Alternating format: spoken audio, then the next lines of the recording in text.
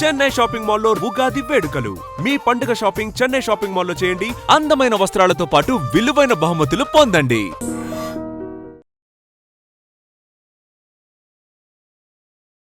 నమస్తే, నేను Kavitha. Welcome to I dream news and నిజాలు. భారతదేశ ప్రధానమంత్రి నరేంద్ర మోదీ ఇజ్రాయెల్ పర్యటనని ముగించుకున్నారు. 2 రోజుల పర్యటనలో భాగంగా అటు మంత్రివర్గంతో పాటుగా పార్లమెంట్లో కూడా ఆయన ప్రసంగించారు. దీంతో పాటుగా హెక్సగాన్ ఆఫ్ అలయన్స్ మీద సంతకాలు కూడా అవుతున్నాయి. దానికి సంబంధించి బోల్డ్ అని చర్చలు కూడా జరుగుతున్నాయి. బట్ పాకిస్తాన్ మాత్రం దాని మీద ఎందుకని అభ్యంతరం వ్యక్తం చేస్తోంది. ఇజ్రాయెల్ పర్యటన ముగియగానే భారతదేశానికి ప్రధానమంత్రి చేరుకుంటారు. వెంటనే కెనడియన్ పీఎంతో కూడా ఆయన భేటీ కాబోతున్నారు. అసలు ఏం జరుగుతోంది, ఎందుకని ఇంత మ్యాసివ్గా ఇంత వేగంగా పర్యటనలు అనేవి జరుగుతున్నాయి? మనతో పాటుగా ఉన్నారు సీనియర్ జర్నలిస్ట్ సురేష్ కొచ్చతిల్ గారు. సార్ నమస్తే. సో 2 days పర్యటన అనేది ఇజ్రాయెల్లో చాలా ఫ్రూట్ఫుల్గా జరిగినట్టు తెలుస్తోంది. బెంజమిన్ నెతన్యాహు ఒక మాట అన్నారు, నాకు మిత్రుడి కంటే ఎక్కువగా ఆయన చాలా సోదరుడు అనేటువంటి ఒక మాట. కరెక్ట్. ఎందుకంటే ఇండియా ఇజ్రాయెల్ ఒక రిలేషన్షిప్ నిన్ననో మొన్ననో మొదలు కాలేదు. ఆల్మోస్ట్ ప్రధానమంత్రి మాట్లాడుతూ వాళ్ళ పార్లమెంట్ నెసెట్లో అన్నారు ఈ మాట. 2000 సంవత్సరాల కన్నా ఎక్కువ మనకు ఒక రిలేషన్షిప్ ఉందనేది మనకు తెలిసింది. ఆ టైంలో చాలా మటుకు జ్యూస్ మర్చెంట్స్ మలబార్ వైపు వచ్చి స్పైసెస్ కొనుక్కెళ్తుండే. అది చాలా దేశాల నుంచి వస్తున్న వీళ్ళు కూడా వచ్చారన్నమాట టైంకి. తర్వాత మనకు తెలిసిందే జ్యూస్ మీద జరిగిన అత్యాచారాలతోనే చాలా మటుకు ఈవెన్ సెకండ్ వరల్డ్ వార్ తర్వాత కూడా చాలా మటుకు జ్యూస్ పారిపోయారు అక్కడిక్కడి నుంచి. దానికన్నా ముందు ఫస్ట్ వరల్డ్ వార్లో కూడా వీళ్ళందరూ చాలామంది వచ్చి సెటిల్ అయిన ఒకటే కంట్రీ ఇప్పుడు కూడా ఇజ్రాయెల్ టెక్స్ట్ బుక్స్లో ఉంది. అది the only country to offer safe stay for juice was India అని ఒకటే దేశం. సో దాంట్లో చాలామంది ముంబై, కేరళ, దాని తర్వాత నార్త్ ఈస్ట్. ముంబై జ్యూస్ ఉన్నారు. దాని తర్వాత వాళ్ళు బగ్దాదీ జ్యూస్ కూడా అంటారు. వాళ్ళు కొంతమంది కల్కటాలో కూడా ఉంటారు. కొచ్చిన్లో జూ టౌన్లో సెటిల్ అయిన జ్యూస్ని కొచ్చినీ జ్యూస్ అంటారు. దాని తర్వాత నార్త్ ఈస్ట్లో ఉన్నది బెనే ఇజ్రాయలీ జ్యూస్ అంటారు వీళ్ళని. సో కోస్టల్ ఏరియాస్కి వచ్చి సెటిల్ అయ్యారు వాళ్ళందరూ. ఆ north east of course was not coastal, but they went to north east. తర్వాత లాస్ట్ ట్రైబ్స్ ఆఫ్ ఇజ్రాయెల్ అంటారు వీళ్ళని. సోలమన్ టైం నుంచి ఉందన్నమాట. సో ఏదో నిన్ననో మొన్ననో మనకి ఇజ్రాయెల్కి రిలేషన్షిప్ కాదు. ఇన్ఫ్యాక్ట్ అరబ్ కంట్రీస్తోన మనకి ఫర్ ఎగ్జాంపుల్ ఒమాన్ లాంటి రాష్ట్రాలతో ఉన్న సంబంధాలు, యుఏఈతో ఉన్న సంబంధాలు కూడా దానికి కొన్ని సంవత్సరాల తర్వాతే వచ్చింది. First we had ties with Israel. In fact maharaja ఆయన పేరు మర్చిపోయాను, గుజరాత్ నుంచి ఉన్న మహారాజా, జామ్నగర్ మహారాజా, ఆయన పోలిష్ పిల్లలకి ఆ టైంలో మన కాన్సన్ట్రేషన్ క్యాంప్స్ నుంచి, గ్యాస్ చేంబర్స్ నుంచి బయటకు వచ్చిన కొన్ని పిల్లలు ఎస్కేప్ అయ్యారు. వాళ్ళ అమ్మ నాన్న అంతా గ్యాస్ చేంబర్లో చంపేశారు జర్మన్ ఆర్మీ, హిట్లర్ వాళ్ళని. ఆ టైంలో వాళ్ళు పారిపోయి భారతదేశానికి వచ్చినప్పుడు ఒక స్కూల్ కట్టారు ఆయన. ఇజ్రాయెల్లో కూడా ఒక స్కూల్ కట్టారు తర్వాత. ఆయన స్టాచ్యూ ఒకటి ఇప్పుడు రీసెంట్లీ ఇజ్రాయెల్లో ఒక టౌన్లో ఇజ్రాయలీ గవర్నమెంట్ ఆవిష్కరించారు. దాని చాలా మటుకు మనకు సంబంధాలు చాలా ఉన్నాయి. సో మనకి ఏదో అండ్ వన్ కామన్ థింగ్ మనకి ఇజ్రాయెల్కి ఏంటంటే, మోదీ గారు చెప్పారు కూడా, ఇజ్రాయెల్ రికగ్నైజ్ చేసిన రోజే మోదీ గారు పుట్టారు. భారతదేశం సెప్టెంబర్ 17, 1950. తో ఈ సెలబ్రేషన్ భారతదేశానికి ఇజ్రాయెల్కి మీరు అర్థం చేసుకోవాలి. మనం ఎంతో ప్యాలెస్టైన్తో తిరిగినాం చాలా మట్టుకు. ఇందిరాగాంధీ టైం నుంచి, దానికన్నా ముందు నెహ్రూ టైం నుంచి, Rajiv Gandhi, even Narasimha Rao time, and Yasser Arafat కూడా చాలాసార్లు భారతదేశానికి వచ్చారు. Designated terrorist.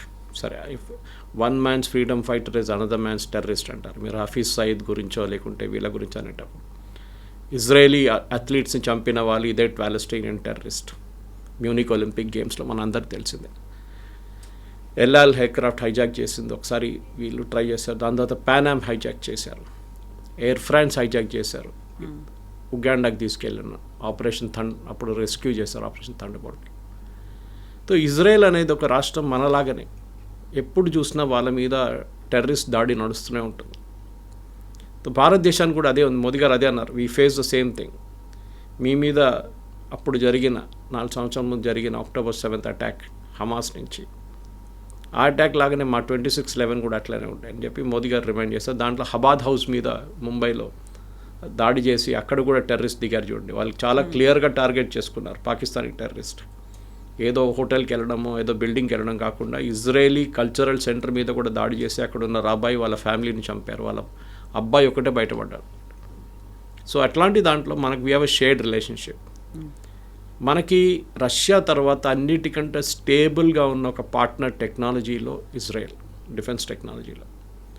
కార్గిల్ వార్ టైంలో కూడా ఇజ్రాయెల్ ఎక్కువ మాట్లాడరు, దాని డిఫెన్స్ పర్చేసు డిఫెన్స్ అమ్మడం అంతా యూఎస్తో లింక్డ్ ఉంటుంది ఎప్పుడు. ఎందుకంటే చాలా మటుకు వాళ్ళ టెక్నాలజీని డెవలప్ చేసింది యూఎస్లో, కానీ దాని మ్యానుఫ్యాక్చర్ కూడా యూఎస్లో జరుగుతుంది. ఎందుకంటే ఇజ్రాయెల్ దగ్గర మ్యానుఫ్యాక్చరింగ్ కెపాసిటీ అంత లేదు, ఇప్పుడు వచ్చింది అనుకోండి, ఆ టైంలో లేకుండా. ఇజ్రాయెల్ చాలా మటుకు టెక్నాలజీలో they are way ahead of us, even US. వాళ్ళ రీసెర్చ్ అండ్ డెవలప్మెంట్ అనేది one of the best in the world. అది మీరు అగ్రికల్చర్ ఉండొచ్చు, డిఫెన్స్ ఉండొచ్చు, బయోటెక్నాలజీ ఉండొచ్చు, ఏదైనా. I met so many Israeli scientist, ఇక్కడ కాన్ఫరెన్సెస్లో కలుస్తుంటాను, బయో ఏషియా లాంటి కాన్ఫరెన్స్, దానికన్నా ముందున్న కాన్ఫరెన్స్లో కూడా. వాళ్ళ R&D చూస్తే మనం అసలు వీఆర్ నోవేర్. మనం ఇప్పుడు స్టార్టప్స్ గురించి మాట్లాడుతున్నాం, స్టార్టప్ కల్చర్ వాళ్ళకి ఆల్రెడీ ఉంది. అది చిన్న చిన్న కంపెనీలు, they produce amazing work. Agriculture ఆలోచించండి, మన దగ్గర చిత్తూరు కడప రీజియన్లో రెయిన్ షాడో ఏరియాస్ ఉంటుంది, వర్షమే పడదు అక్కడ ఎక్కువ. కుప్పం దాంట్లో ఒక ఏరియా వస్తుంది, చంద్రబాబు నాయుడు గారు అక్కడిని తీసుకొచ్చారు ఇజ్రాయెల్ నుంచి అగ్రికల్చర్ సైంటిస్ట్ తీసుకొచ్చి. ఆలోచించండి, ఎస్ వాళ్ళ, ఎందుకంటే వర్షం లేని చోట్ల ఆలోచించండి, వాళ్ళు మొత్తం అగ్రికల్చర్లో they are one of the leading countries in the world. మనం ఎప్పుడు ఇజ్రాయెల్ గురించి మాట్లాడుతున్నప్పుడు కవిత గారు, ఇజ్రాయెల్ ప్యాలెస్టైన్ ఆక్రమించుకున్నారు, ఇజ్రాయెల్ అది చేశారు ఇది చేస్తారంటారు, కానీ హిస్టరీ మన వాళ్ళు ఎవరు కరెక్ట్ హిస్టరీ చెప్పలేదు.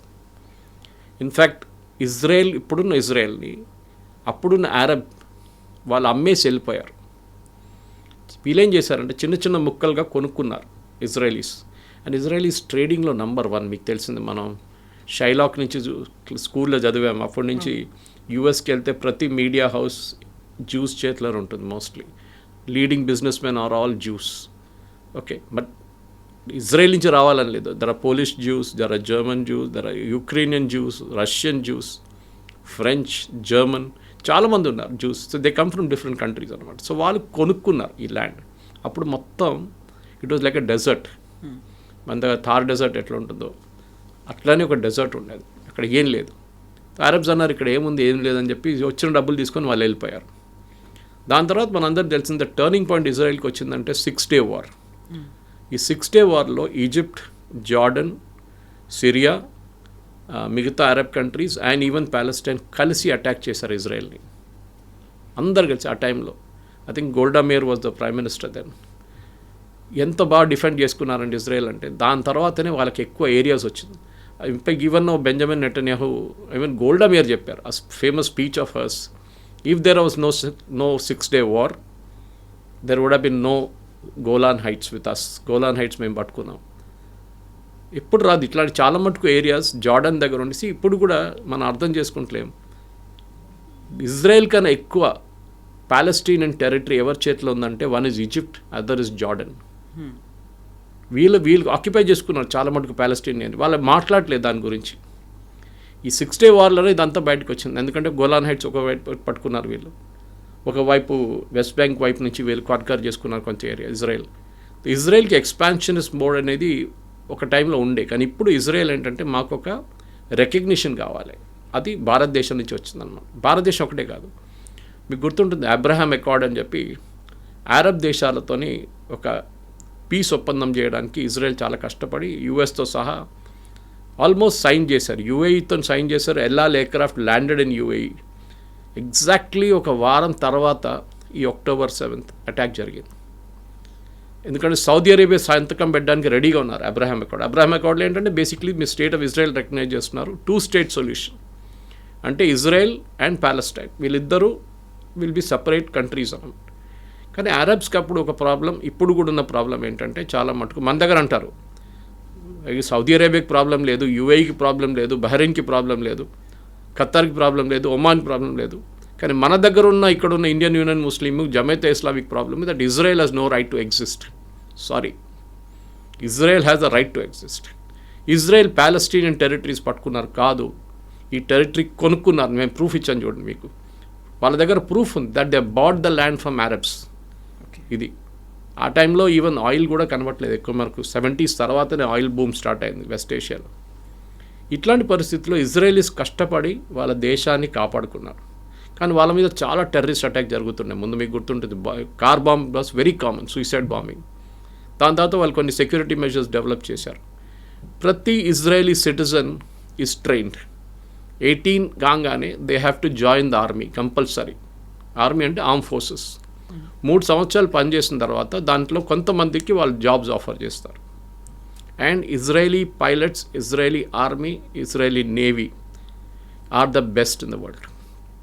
యుఎస్ కూడా అంగీకరిస్తారు. ఇప్పుడు వాళ్ళు ఎయిర్ ఫోర్స్, మీరు మన నస్రుల్లాని చంపడమో కానీ, ఇరాన్లో వెళ్ళి చంపడం కానీ, దాని తర్వాత జరిగిన చాలా మటుకు ఈవెన్ ఖతార్ మీద జరిగిన అటాక్, ఇదంతా ఇరాన్ మీద జరిగిన అటాక్ అంతా ఇజ్రాయలీ ఎయిర్ ఫోర్స్ చేస్తారు చాలా మటుకు. And they are the best in the world, దాంట్లో డౌట్ లేదు. వాళ్ళకి చాలా మటుకు హార్డ్వేర్, ఎయిర్క్రాఫ్ట్ మ్యానుఫ్యాక్చరింగ్ కెపాసిటీ వాళ్ళ దగ్గర లేదు. ఆ హార్డ్వేర్ అంతా ఇట్ కమ్స్ ఫ్రమ్ యుఎస్. యుఎస్కి ఎప్పుడు ఎంత వ్యతిరేకించినా కానీ ఇజ్రాయలీ పాలసీస్ యుఎస్కి ఇజ్రాయెల్తో ఉండాల్సిందే. బికాజ్ దే నో ఒక కౌంటర్ బ్యాలెన్సింగ్ ఉండాలంటే వెస్ట్ ఏషియాలో ఇజ్రాయెల్తోనే ఉంటుంది. ఎందుకంటే మీరు చూడండి, Jordan ruled by a family, Saudi Arabia ruled by family, UAE families, Qatar families, Bahrain family, Oman family, అంత డెమోక్రసీ లేదు ఆ ఏరియాలో ఎక్కడ. And Israel is got a democracy. వాళ్ళకున్న ప్రాబ్లమ్స్ వాళ్ళకు ఉంది. బెంజమిన్ నెటన్యాహు మీద కరప్షన్ అలిగేషన్స్ చేస్తారు, అది చేస్తారు. కానీ ఒక మాట గుర్తుపెట్టుకోవాలి మనం, వీళ్ళందరూ వాళ్ళ దేశం మీద ఎప్పుడైనా ఏదైనా అటాక్ జరిగితే, ఎవరైనా దాడి చేస్తే ఆపోజిషన్ పార్టీస్తో సహా వీళ్ళందరూ కలిసి నిలబడతారు. Okay voice. వాళ్ళ ఆపోజిషన్ లీడర్ ఇప్పుడు కూడా వార్ క్యాబినెట్లో ఉన్నారు. They have got a cabinet, war cabinet which prime minister Netanyahu is heading. అది వాళ్ళకి ఆప్షన్. మన దగ్గర చూడండి, ఇవాళ రాహుల్ గాంధీ అంటున్నాడు మోదీ నన్ను భయపడి ఇజ్రాయెల్కి వెళ్ళిపోయాడు. అరే ఇజ్రాయెల్ విజిట్ 6 నెలల ముందు డిసైడ్ చేశారా నాయన, ఇప్పుడు కాదు. ఈ international visits are all decided 6 months 8 months in advance. ఇదో నన్ను భయపడి ఇజ్రాయెల్కి పారిపోదు. ప్రియాంక వాద్రా ఇంకా మోదీ గారు అక్కడ వెళ్ళి గాజా మీద జరుగుతున్న జెనోసైడ్ గురించి మాట్లాడతారని ఒక్క మాట లేదు. 1200 మహిళల్ని, వాళ్ళ భర్తల్ని, పిల్లల్ని చంపిన ఈ హమాస్ టెర్రరిస్ట్ ఒక్కడే కాదు, మీరు గుర్తుపెట్టుకోండి, కిడ్నాప్ చేసి తీసుకెళ్ళేది టెర్రరిస్ట్ కాదు, సివిలియన్స్ చేశారు గాజా నుంచి. వాళ్ళు పట్టుకెళ్ళారు వీళ్ళని. దాంట్లో ఎంతోమందిని లాస్ట్లో 51st బాడీ ఇప్పుడే దొరికింది. ఇజ్రాయెల్కి ఏంటంటే, ఇజ్రాయెల్ సరే వాళ్ళ డిఫెన్స్ పాలసీ మనం దాంట్లో ఇంటర్ఫియర్ చేయలేము. But end of the day మనం అక్నాలెడ్జ్ చేయాల్సి ఏంటంటే they have a right to exist. So మనం దాని నుంచి చాలా లెసన్స్ ఉంది మనకు నేర్చుకోవాల్సింది. కానీ అన్ఫార్చునేట్లీ మన దేశంలో ఆపోజిషన్ పార్టీస్ ఎప్పుడు గవర్నమెంట్ వ్యతిరేకంగానే ఉంటారు. పాకిస్తాన్ దాడి చేస్తే కూడా రాహుల్ గాంధీ అంటాడు ఎన్ని ఎయిర్క్రాఫ్ట్ పోయింది చెప్పండి. అరుణాచల్ ప్రదేశ్లో చైనీస్తో పోరాటం చేసి మన సోల్జర్స్ని కొట్టారని చెప్తారు రాహుల్ గాంధీ. నార్త్ ఈస్ట్లో చేసి అదే అంటారు. ఎక్కడ చూసినా అంతే. కానీ ఇజ్రాయెల్లో it is not like that. ఇప్పుడు ఇజ్రాయెల్ దగ్గర నుంచి మనకు, and that's irony of it Kavitha garu, first Indian prime minister to visit Israel is Narendra Modi. Narendra Modi garu ఎప్పుడు వచ్చారు? 2014లో ఎలక్ట్ అయ్యారు. దానికన్నా ముందు ఒక్క ఇండియన్ ప్రైమ్ మినిస్టర్ కూడా ఇజ్రాయెల్కి వెళ్ళలేదు. బికాజ్ మన Israel is the right to exist అని మనం యాక్సెప్ట్ చేయలేదు. మోదీ గారికి ఆ ప్రాబ్లం లేకుండే. బహుశా చెప్పొచ్చు వీళ్ళు రైట్ వింగ్, వాళ్ళు కూడా right wing, okay that's fine. కానీ Israel has the right to exist. And మనకి ఇజ్రాయెల్ కావాలి ఇప్పుడు. ఎందుకంటే చాలా మటుకు మనకి కావాల్సిన టెక్నాలజీ యూఎస్ మనకి ఇయ్యరు, వాళ్ళు అమ్మరు మనకి. Israel is ready to sell the technology to us. So దాంట్లో మనకు అన్నిటికంటే పెద్ద ప్రాబ్లం ఏంటంటే కవిత గారు, మన కోస్ట్ లైన్ చాలా పెద్ద Coast line, almost 900 kilometers. It starts from Bangladesh all the way around, Tamil Nadu నుంచి వచ్చి it goes all the way to Gujarat. అక్కడ దాకా ఉన్న ఈ కోస్టల్ లైన్ని కాపాడుకోవాలంటే మన దగ్గర కెపాసిటీ ఉండాలి. సో అదే మెయిన్ అనమాట. సో ఇండియా ఇప్పుడు చేస్తున్న డిఫెన్స్ దాంట్లో డీల్స్లో ఒకటి, మన డోమ్, ఐరన్ డోమ్ అని చెప్పి వాళ్ళ దగ్గర they have a beautiful capacity. మనం చూసుంటాం. అది అక్కడ హూతీలు మిసైల్ ఫైర్ చేసిన, ఇరాన్ మిసైల్స్ ఫైర్ చేసిన, ఈవెన్ హమాస్ మిసైల్స్ ఫైర్ చేసిన వాళ్ళ దగ్గర ఒక ఐరన్ డోమ్ ఉంది, which even US does not have today. ఇప్పుడు యూఎస్ అంటున్నా మేము గోల్డెన్ డోమ్ పెట్టబోతున్నాం అని చెప్పి ప్రెసిడెంట్ ట్రంప్ పెద్ద గొడవ చేశారు చూడండి గ్రీన్లాండ్ ఇష్యూ వచ్చినప్పుడు. ఇప్పుడు మన దగ్గరికి ఈ సేమ్ ఐరన్ డోమ్ని ఇజ్రాయెల్ మనకి ఆ టెక్నాలజీ ఇవ్వడానికి రెడీగా ఉన్నారన్నమాట. సో దీంట్లో మనం గుర్తుపెట్టుకోవాల్సిందంటే ఐరన్ డోమ్కి 3 కాంపోనెంట్స్ ఉంటుంది, 3 లెవెల్స్ ఆఫ్ డిఫెన్స్ ఉంటుంది అన్నమాట. ఒకటి డేవిడ్ స్లింగ్ అని ఉంటుంది. డేవిడ్ స్లింగ్ ఏంటంటే మీడియం రేంజ్ మిసైల్స్ని హ్యాండిల్ చేస్తుంది. అది 300 కిలోమీటర్ దాకా ఉన్న డ్రోన్స్ని మిసైల్స్ని హ్యాండిల్ చేస్తుంది. మనకి పాకిస్తాన్ వైపు నుంచి ఆ ఇష్యూ ఉంది. చైనా వైపు నుంచి అంత ప్రాబ్లం లేదు, ఎందుకంటే చైనా యాక్టివ్గా మన మీద దాడి చేయలేదు. లాస్ట్ 60 తర్వాత ఎప్పుడు చేయలేదు. పాకిస్తాన్ రెగ్యులర్గా చేస్తుంటారు. ఇప్పుడు ఒక third front Bangladesh open up అయింది మనకి. అక్కడి నుంచి కూడా రేపు దాడి జరగవచ్చు మన మీద. But we can easily defend our. Bangladesh అంత పెద్ద ఇష్యూ కాదు. సో డేవిడ్ స్లింగ్ టెక్నాలజీ మనకి ఇవ్వబోతున్నారు. అది కాకుండా డేవిడ్ స్లింగ్ ఐరన్ డోమ్లో మనకి ఇంటర్సెప్ట్ మిసైల్స్ని 4 నుంచి 70 కిలోమీటర్ దాకా ఉన్న షార్ట్ రేంజ్ రాకెట్స్ని కాపాడుకుంటుంది అనమాట. సో దీన్ని కాకుండా మనకు కావాల్సిన మెయిన్ ఏంటంటే మనకి యారో మిసైల్స్ అని ఉంటుంది ఇజ్రాయెల్ దగ్గర, which is basically an American technology. కానీ ఇజ్రాయెల్ దాన్ని డెవలప్ చేసి మాడిఫై చేసుకున్నారు. ఆ టెక్నాలజీ కూడా మనకి ఇవ్వడానికి రెడీగా ఉన్నారు ఇజ్రాయెల్. సో 3 కాంపోనెంట్స్ అనమాట, David Sling, Arrow and Iron Domes. ఈ ఐరన్ డోమ్లో ఈ మొత్తం టెక్నాలజీ మనం తీసుకొస్తే మన కంప్లీట్ కోస్టల్ ఏరియా మనం హ్యాండిల్ చేసుకోవచ్చు. అది చాలా ఇంపార్టెంట్, ఎందుకంటే మనకి ఇంత పెద్ద కోస్ట్ లైన్ ఉన్నప్పుడు డెఫినెట్గా వీ హ్యావ్ టు, ఎందుకంటే మనకి మీరు చెప్పినట్ల ఆల్మోస్ట్ 15,000 అనుకుంటా, 15,000 నుంచి 16,000 దాకా మనకి ల్యాండ్ బార్డర్స్ ఉన్నాయి. Starting from Pakistan to China across to Bangladesh towards Myanmar. 15,000 kilometres. ఇది మీరు ఫిజికలీ డిఫెండ్ చేయాలంటే చాలా కష్టం. సోల్జర్స్ని ప్రతి టెక్నాలజీ వాడాల్సిందే ఈ టైంలో. అది కాకుండా మీరు చెప్పినట్లు మనకి 7,500 కిలోమీటర్స్ కోస్ట్ లైన్ ఉంది. Again very difficult to defend. మీరు ఎంత సబ్మెరీన్స్ పెట్టినా, ఎన్ని షిప్స్ పెట్టినా కానీ, ఎన్ని ట్రాకింగ్ చేసినా, ఎన్ని రికాగ్నిషన్ చేసినా టెక్నాలజీ కావాల్సింది. ఇజ్రాయెల్ దగ్గర నుంచి నేర్చుకోవాలి. ప్రతి చోట్ల మన మనుషులు పెట్టలేము, మనం టెక్నాలజీ వాడుకోవాలి. So this technology Israel is ready to sell to us. అది కాకుండా మిగతా మిసైల్స్ కూడా మనకు చాలా మట్టుకున్నాయి. ఫర్ ఎగ్జాంపుల్ నేను అది ఎల్బిట్ అనే ఒక ఇజ్రాయలీ కంపెనీ ఒకటి ఉంది, వాళ్ళ దగ్గర కూడా ఒక రఫాల్ ఉంది. But it is Rafael, not Rafale of France. It's different company. వీళ్ళ దగ్గర కూడా ఒక ఐరన్ బీమ్ డెవలప్ చేశారు. దాంట్లో ఐరన్ బీమ్ ఏంటంటే ఇట్స్ లైక్ ఎ లేజర్. ఇప్పుడు మనం S-400 వాడుతున్నప్పుడు రష్యా దగ్గర తీసుకున్నప్పుడు ప్రతిసారి ఇది ఫైర్ చేస్తున్నప్పుడు it cost millions. So but అంత ఖర్చు చేయాలన్నా వద్దా అని ఆలోచించాల్సి వస్తుంది. అటువైపు నుంచి ఒక డ్రోన్ వస్తుందో లేకుండా మిసైల్ వస్తున్నప్పుడు S-400 అక్కర్లేదు. యారో విల్ టేక్ కేర్, మన దగ్గర ఉన్న ఆకాష్ విల్ టేక్ కేర్, చూసుకుంటుంది అది. ఎందుకంటే మనం ఒక దోమని చంపడానికి ఒక సుత్తి తీసుకొచ్చి కొడతాం చూడండి, ఆ కాన్సెప్ట్ అయిపోతుంది ఇఫ్ యూ యూస్ S-400. దేనికి కావాలో దానికే వాడుకోవాలన్నమాట. సో ఆ పరిస్థితుల్లో we have to get this particular ఒక మిసైల్ టెక్నాలజీ మన దగ్గర వాళ్ళు ఐరన్ బీమ్ అని చేశారు. దాంట్లో ఫిజికల్ మిసైల్ లేదు, it's a laser guided missile destroyer అనమాట. దాన్ని ఇప్పుడు ఇరాన్తో జరిగిన గొడవలో వాళ్ళు యూజ్ చేశారు. It worked. ఇంకా కంప్లీట్ డెవలప్మెంట్ కాలేదు, ఆల్మోస్ట్ అయిపోయినట్లు ఉంది ఇప్పుడు. వాళ్ళు ఎక్కువ బయట చెప్పరు ఇప్పుడు. సో దాన్ని మనం we're going to take care, we'll buy అనమాట, కొనుక్కొని వెళ్తున్నాం. దానికి బేసిక్లీ ఒక 100 కిలోవాట్స్ ఒక బీమ్ అనమాట, లేజర్ బీమ్. అది such a strong laser beam. Up to 10 కిలోమీటర్ల దాకా ఏ ఇన్కమింగ్ మిసైల్ వస్తుంటే దాన్ని కొట్టుపడేస్తుంది. సో ఫిజికలీ మీరు ఏం లాంచ్ చేయక్కర్లేదు, you can just switch on the beam like a strong torch light. అది వెళ్ళి కొడుతుంది, దాన్ని వెళ్ళి కొట్టేసి డిస్ట్రాయ్ చేస్తుంది అనమాట. ఇది మనం చేయాల్సింది ఇప్పుడు. సో దీని కాకుండా చాలా మటుకు స్పైస్ 100 గైడెన్స్ సిస్టమ్స్ ఉంది, ఎల్బెట్ ద ర్యాంపేజ్ ఉంది. అది చాలా దగ్గర మిసైల్స్ ఉంది. దాంట్లో కొన్ని మిసైల్స్ మనం రఫాల్ ఎయిర్క్రాఫ్ట్లో వాడుకుంటున్నాం. ఒక మిసైల్ మనం వాడింది very important missile, spice missile అప్పుడు వాడింది మన బాలాకోట్. అదే మిసైల్ వీళ్ళు నస్రుల్లాని చంపడానికి లెబనాన్లో వాడారు. అదేం చేస్తుందంటే ఇట్ విల్ బేసిక్లీ డ్రిల్ చేసుకుంటుంది. Suppose terrorist sitting in the second floor, under ground, even second ఫ్లోర్లో కూర్చున్నాడు. బిల్డింగ్ ఏమో 6 అంతస్తుల బిల్డింగ్ ఉంది. But you know the terrorist groups are sitting second floor. అంటే ఇది డ్రిల్ చేసుకుంటూ వెళ్ళిపోతుంది. 6 to 5, 5 to 4, 4 to 3, 3 to 1 వచ్చి మళ్ళీ ఇంప్లోడ్ అవుతుంది. ఎక్స్ప్లోడ్ కాదు, ఇట్లా ఇంప్లోడ్. అంటే లోపల ఉన్నది మీకేం దొరకదు, బోన్స్ కూడా దొరకదు. ఇట్లా జస్ట్ ఎవాపరేట్ చేసేస్తారు వాళ్ళని. అంత పవర్ఫుల్ బాంబ్. దానికోసం నస్రుల్లాని అట్లా చెప్పి, నస్రుల్లా చనిపోయినప్పుడు అలా Lebanese army very clearly said ఆయన మీద ఒక ఇంజరీ కూడా లేదంట బాడీ మీద. ఈ జస్ట్ డైడ్ ఆఫ్ షాక్. అంత టెక్నాలజీ ఇజ్రాయెల్ దగ్గర ఉంది. సో మనం కూడా అది వాడాల్సింది. సో మనకి ఇజ్రాయెల్తో ఎంత ఈ ఆపోజిషన్ పార్టీస్ ఆబ్జెక్ట్ చేసినా కానీ ఇక్కడ ఓట్ బ్యాంక్ పాలిటిక్స్ మన అందరు తెలుసు. వీళ్ళకి గాజా వాళ్ళకి కేరళ ఎక్కడుందో, లేకుంటే పాలస్తీనియన్ వాళ్ళకి కేరళ ఎక్కడుందో, లేకుంటే ఇండియన్ యూనియన్ ముస్లిం లీగ్ ఎవరో, జమాతే ఇస్లామీ ఎవరని వాళ్ళకి ఏం తెలియదు, వాళ్ళు పట్టించుకోరు కూడా. మన వాళ్ళకి ఎక్కడ లొల్లి ఎక్కువ. All eyes on Rafah, save Gaza. Pahalgam జరిగినప్పుడు none of the film stars in Kerala tweeted about it. ఒక్కరు కూడా చేయలేదు. కానీ గాజా మీద దాడి చేసినప్పుడు save Gaza, save children, save lady women, మన అందరు తెలిసిందే దీస్ ఆర్ టెర్రరిస్ట్ని టెర్రరిస్ట్ లాగానే చూసుకోవాల్సి వస్తుంది మనం.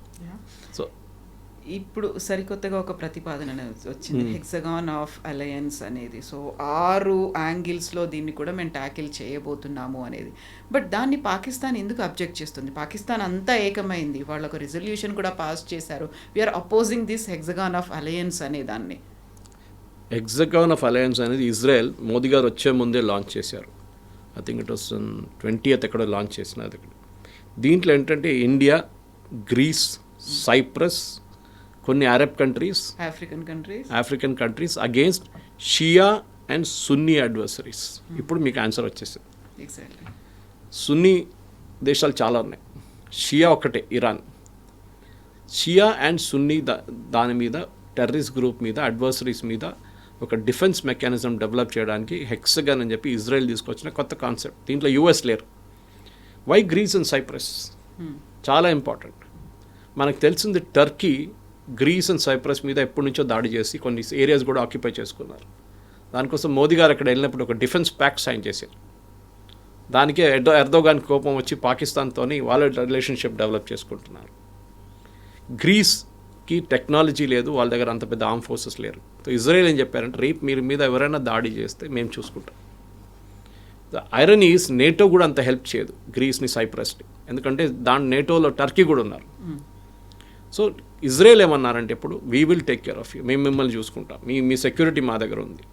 సైప్రస్ చాలా ఏరియాస్ టర్కీ చేతిలో ఉంది, టర్కీ ఆక్యుపై చేసుకున్నారు. ఈవెన్ గ్రీస్ మీద కూడా ఉంది చాలా మటుకు. సో అట్లాంటి పరిస్థితుల్లో రేపు టర్కీ ఒక్క కాల్ ముందు పెట్టినా కానీ India and Israel will be there to guard, చూసుకుంటారు వాళ్ళ డిఫెన్స్ మెకానిజం. అది మనకు చాలా పెద్ద ఒక ఫుట్ స్టెప్. ఎందుకంటే మనకు యూరోప్లో ఒక ఎయిర్ ఫోర్స్ బేస్ కావాలంటే రేపు సైప్రస్ లేకుంటే గ్రీస్ మనకి ఇస్తారు. అది విచ్ మనం ఇప్పుడు కళల్లో కూడా ఆలోచించలేము. అది అట్లాంటి ఒక రిలేషన్షిప్ మనం డెవలప్ చేస్తున్నాం. సో ఈ హెక్సగాన్ అని రాగానే న్యాచురలీ పాకిస్తాన్ దాంట్లో లేదు. ట్రంప్ పాకిస్తాన్ అది ఇది అంటాడు, ఎందుకంటే ఆయనకు డబ్బులు ఇస్తున్నారు, ఆయన క్రిప్టో కరెన్సీలో వీళ్ళందరూ డబ్బులు పెడుతున్నారు పాకిస్తాన్ ఆర్మీ వాళ్ళు, అదంతా చేస్తారు. ఆయన ఉంటాడు, ఇవాళ 3 సంవత్సరాల తర్వాత వెళ్ళిపోతాడు. దాని తర్వాత ఏం జరుగుతుందో మనకు తెలుసు. అక్కడ దాకా వెళ్ళక్కర్లేదు. ఈ మిడ్ టర్మ్ పోల్స్ ఓడిపోగానే Trump will become very weak. కానీ ఇజ్రాయెల్కి ఏంటంటే ఈ లాంగ్ టర్మ్ ఆబ్జెక్టివ్ వాళ్ళు చూస్తున్నారు. కవిత గారు, లాంగ్ టర్మ్ ఏంటి? ఇప్పుడైతే గాజా ఇష్యూ సార్ట్అవుట్ అయిపోయింది మోర్ ఆర్ లెస్. నెక్స్ట్ ఏంటి? ఎక్కడి నుంచి దాడులు రావచ్చు రేపు? It can be Qatar, Pakistan. ఎందుకంటే ఈ అరబ్ నేషన్స్లో అందరిలాట్లో ఇస్లామిక్ నేషన్స్లో ఒకటే నేషన్ దగ్గర న్యూక్లియర్ అసెట్స్ ఉంది, అది పాకిస్తాన్. అది ఇజ్రాయెల్కి డౌట్ ఉంది, వీళ్ళు ఎప్పుడైనా అమ్ముకుంటారు ఈ టెక్నాలజీ, సౌదీ అరేబియాకో లేకుంటే ఖతార్కో లేకుంటే ఎవరికైనా వీళ్ళు అమ్ముకుంటారు డబ్బుల కోసం. డబ్బులు లేవు వాళ్ళ దగ్గర. ఇవ్వాలే $2 బిలియన్ యుఏఈ నుంచి తీసుకున్న లోన్ది రోల్ ఓవర్ చేశారు, అంటే మీరు తర్వాత కట్టండి రా అని చెప్పేసి వాళ్ళు అగ్రీ చేశారు యుఏఈ. ఆ పరిస్థితిలో ఉన్నారు పాకిస్తాన్. రేపు మిసైల్స్ ఇచ్చేసి nuclear tip missiles, nuclear technology అమ్ముకొని పాకిస్తాన్ డబ్బులు సంపాదిస్తారని ఇజ్రాయెల్కి ఎప్పుడు డౌట్ ఉంటుంది. సో దానికోసం మనం ఒక వైపు నుంచి, ఇంకొక వైపు నుంచి ఇజ్రాయెల్, అరబ్ కంట్రీస్ పేరు చెప్పట్లేదు, డెఫినెట్లీ యుఏఈ ఉంటుంది దాంట్లో, డౌట్ లేదు. ఎందుకంటే మీకు గుర్తుంటుంది సొమాలీ ల్యాండ్ అని చెప్పి ఆఫ్రికాలో ఒక చిన్న పోర్షన్ ఉంది. చాలా మటుకు ఒక 2-3 నెలల ముందు I think we also spoke, మన ఛానల్ కూడా మాట్లాడాం మనం. Somaliland was a part of Somalia ఒక 32 సంవత్సరాల ముందు దాకా. వాళ్ళు దాని తర్వాత సపరేట్ అయిపోయారు. సొమాలియాలో మీకు తెలుసు టెర్రరిస్ట్ అటాక్, దాని మీద అటాక్, దీని మీద అటాక్ నడుస్తున్నాడు. వేరే సొమాలీ ల్యాండ్ కంప్లీట్ డెమోక్రసీగా మారిపోయి with strong judicial system in spite of Islamic కంట్రీగా ఉంటే కూడా వాళ్ళు చాలా మటుకు ఇజ్రాయెల్తోని వాళ్ళు రిలేషన్షిప్ డెవలప్ చేసుకున్నారు.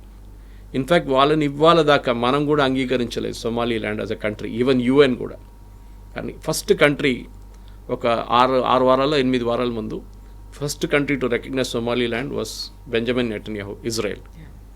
మేము మిమ్మల్ని అంగీకరిస్తున్నాం, మిమ్మల్ని ప్రొటెక్ట్ చేస్తాం. ఎందుకు? సొమాలీ ల్యాండ్ ఇటువైపు కూర్చున్నప్పుడు గల్ఫ్ ఆఫ్ రెడ్ సీ వైపు అటువైపు ఈస్ హూతీస్ యమన్లో. సో ఇజ్రాయెల్ నుంచి వార్షిప్స్ పంపించి, ఇజ్రాయెల్ నుంచి ఎయిర్క్రాఫ్ట్ పంపించి అటాక్ చేయక్కర్లేదు 3000 కిలోమీటర్లు. They will put them in Somaliland. అక్కడి నుంచి వితిన్ 10 నిమిషాలు అటాక్ చేయవచ్చు హూతీస్ని. ఈవెన్ హూతీస్ మిసైల్ ఫైర్ చేశారు ఇజ్రాయెల్ వైపు, వితిన్ 10 నిమిషాలు వీళ్ళు అడ్డుకోవచ్చు. ఇక్కడే డేవిడ్ స్లింగ్ అక్కర్లేదు, ఐరన్ డోమ్ అక్కర్లేదు. సో ఇది చాలా ఇంపార్టెంట్. సో ఇజ్రాయెల్ ఏం చేస్తున్నారంటే వాళ్ళు కూడా ప్రతి చోట్లలో వాళ్ళ ఇన్ఫ్లుయెన్స్ యూస్ చేస్తున్నారు. అండ్ అరబ్ కంట్రీస్కి చాలా బాగా తెలుసు కవిత గారు దట్ ఈ అరబ్ కంట్రీస్ దగ్గర డబ్బులే ఉన్నాయి, వాళ్ళ దగ్గర టెక్నాలజీ కానీ కనుక్కుంటారు, వాళ్ళ సొంతంగా తయారు చేసే కెపాసిటీ వాళ్ళ దగ్గర లేదు. అది ఇజ్రాయెల్కే ఉందన్నమాట. సో డెఫినెట్గా ఇజ్రాయెల్ వాళ్ళ ఫుట్ ప్రింట్ ఎక్స్పాండ్ చేస్తున్నారు ఇప్పుడు. రేపు అడ్వర్సరీస్ ఎక్కడి నుంచి రావచ్చు, పాకిస్తాన్ గురించి చెప్పాను చూడండి. Next is Qatar, very dangerous. మూడవది ఇరాన్ ఇప్పుడు క్వైట్గా ఉన్నారు, కానీ ఏ రోజు వాళ్ళు మళ్ళీ ఒకసారి ట్రంప్ కొంచెం లూజ్ చేయగానే వాళ్ళు మళ్ళీ మొదలు పెడతారు వాళ్ళు. అండ్ వాళ్ళ దగ్గర కూడా న్యూక్లియర్ అంబిషన్స్ ఉంది, వాళ్ళ ఎన్రిచ్మెంట్ ప్లాన్స్ ఉన్నాయి. దాని ఒకసారి సద్దాం హుసేన్ స్టార్ట్ చేసినప్పుడు ఇజ్రాయెల్ ఒక అటాక్ చేశారు, చాలా మంచి అటాక్ ఉండేది. Even Pakistan Kahuta nuclear plant మొదలుపెట్టినప్పుడు Israel offer to bomb it, finish చేసేస్తామని చెప్పారు. ఇవాళ పాకిస్తాన్ దగ్గర న్యూక్లియర్ మిసైల్స్ లేకపోతుండే, కానీ వాళ్ళు ఒకటే రిక్వెస్ట్ అడిగారు, మా ప్లేన్లు పఠాన్కోట్ వైపు అంబాలా వైపు వచ్చి రీఫ్యూయల్ చేయాల్సి వస్తుంది, మాకు ఇంత దూరం నుంచి వస్తున్నా, ఆ టైంలో రీఫ్యూయలింగ్ ట్యాంకర్స్ లేదు వాళ్ళ దగ్గర ఎక్కువ. Indira Gandhi said no. దానికోసం Pakistan became a nuclear nation. Otherwise ఇవాళ పాకిస్తాన్ అసలు న్యూక్లియర్ అసెట్సే లేకపోతుండే పాకిస్తాన్ దగ్గర. Israel was ready to destroy. Saddam Hussain ఎట్లా చేశారో, లిబియాలో ఎట్లా చేశారో, పాకిస్తాన్ కూడా చేస్తే సంగీత రాస్తాం. సో ఓవరాల్గా మనం చూస్తే ఇండియాకి చాలా మంచి ఒక రిలేషన్షిప్ ఇప్పుడు ఇజ్రాయెల్తోని. First prime minister to visit Israel ఒక 7 సంవత్సరాల ముందు మోదీ గారు వెళ్ళినప్పుడు, నెతన్యాహు గారు ఇక్కడికి వచ్చారు. ఇప్పుడు ఈసారి first Indian prime minister to address the Knesset, వాళ్ళ పార్లమెంట్. ఇది అందరికీ దక్కదండి ఇదంతా, ఇది చాలా ఇంపార్టెంట్. దానికోసం పాకిస్తాన్ ఈ హెక్సగన్ ఆబ్జెక్ట్ చేస్తారు. అది కాకుండా India Middle East economic corridor అని ఒకటి ఉంది, మీకు గుర్తుంటుంది. That starts from India, ends in Haifa. Haifa is a port in Israel, మనకు తెలుసు. అండ్ హైఫాతోని చాలా మంచి సంబంధం ఉంది ఇండియాకి హిస్టారిక్లీ. ఇజ్రాయలీ టెక్స్ట్ బుక్స్లో హైఫా గురించి మాట్లాడుతున్నప్పుడు ఇండియన్స్ గురించి Dalpat Singh, you the commander of that. ఆయన లీడ్ చేసిన ఫస్ట్ వరల్డ్ వార్లో లీడ్ చేసిన బ్రిటిష్ ఇండియన్ ఆర్మీని హైఫాని ఒటమన్ టర్క్స్ దగ్గర నుంచి క్యాప్చర్ చేసుకున్నారు. ఇజ్రాయెల్ వాళ్ళు ఇవ్వాలి కూడా దాన్ని అంగీకరిస్తూ మన దగ్గర ఢిల్లీలో తీన్మూర్తి మార్గం తింటారు. Actually it's Haifa Chowk. Modi గారు వెళ్ళిన తర్వాత దాని పేరు మార్చారు ఢిల్లీలో, హైఫా చౌక్. హైఫా గురించి మన దగ్గర ఉన్న పిల్లలు కూడా టెక్స్ట్ బుక్స్ నుంచి నేర్చుకోవాలి. మన టెక్స్ట్ బుక్స్లో లేవు కాదు దాని రెఫరెన్స్. ఎన్సీఆర్టీ వాళ్ళు కానీ ఎవరు కానీ ఇంక్లూడ్ చేయాల్సింది, how Indian army saved Israel అని. అక్కడ ఇప్పుడు కూడా ఆయన వాళ్ళ మెమోరియల్ ఉంది అక్కడ హైఫాలో for the Indian army. So అది కాకుండా మనకు నెక్స్ట్ I2U2 అని ఒకటి ఉంది, where we are also involve defence ప్యాక్ట్లో. దాంట్లో వేరే ఇజ్రాయెల్ ఉంది అగైన్, అది కూడా పాకిస్తాన్కి నచ్చదు. సో ఓవరాల్ మనం ఏం చేస్తున్నాం అంటే we are building a defence shield. Kavitha garu నేను చెప్పాను చూడండి, ఫిజికల్లీ మన ఆర్మీని యుక్రెయిన్ వార్ నుంచి, రష్యా యుక్రెయిన్ వార్ నుంచి నేర్చుకోవాల్సిన అన్నిటికంటే పెద్ద లెసన్ ఏంటంటే మీకు మనుషులు అక్కర్లేరు. వాళ్ళు ఇక్కడ 1,00,000 మంది చనిపోయారు, అక్కడ 1,00,000 మంది చనిపోయారు. ఇప్పుడు వాళ్ళు ఎవరిని వాడలేదు, ఇప్పుడు టెక్నాలజీ వాడుతున్నారు. They are creating defence shields. Trump ఎందుకు ఇంత అర్జెంటుగా నేను మా డోమ్ క్రియేట్ చేయాలంటే హీ స్కేర్డ్, రేపు సోవియట్స్ మిసైల్స్ ఫైర్ చేస్తారో, ఇంకెవరైనా మా మీద మిసైల్స్ ఫైర్ చేస్తారో అని భయం ఉంది ఆయనకి. ఇరాన్ కూడా కావచ్చు.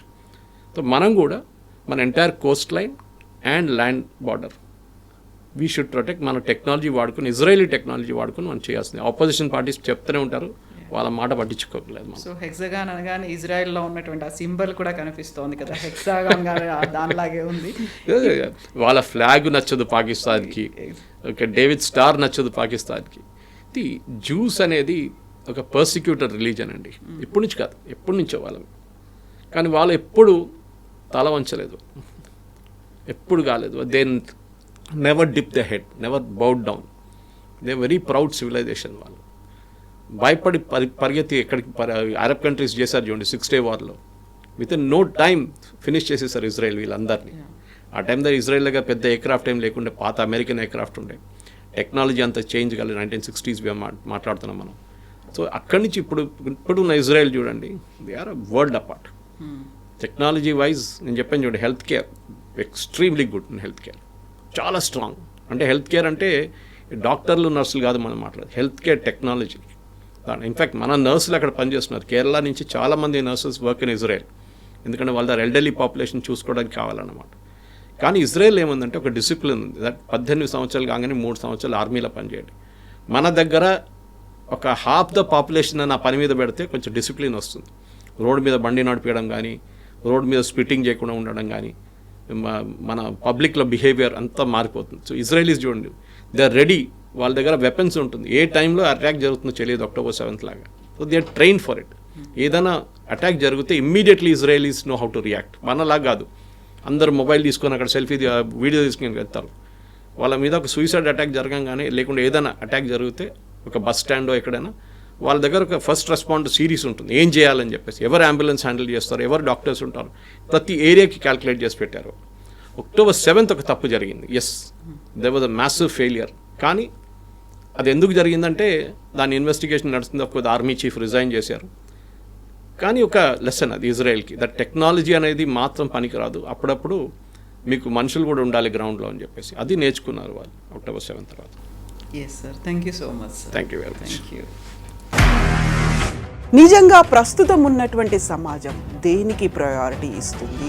ఆర్థిక సంబంధాల చుట్టూ మాత్రమే తిరుగుతోంది. మళ్ళీ ఎన్నికలంగానే చాలా విరక్తి కలుగుతున్నాం. మంచి అనిపిస్తుంది కదా, లేడీస్ కూడా ఛాలెంజింగ్ జాబ్స్ చేసినప్పుడు చాలా బాగుంటుంది.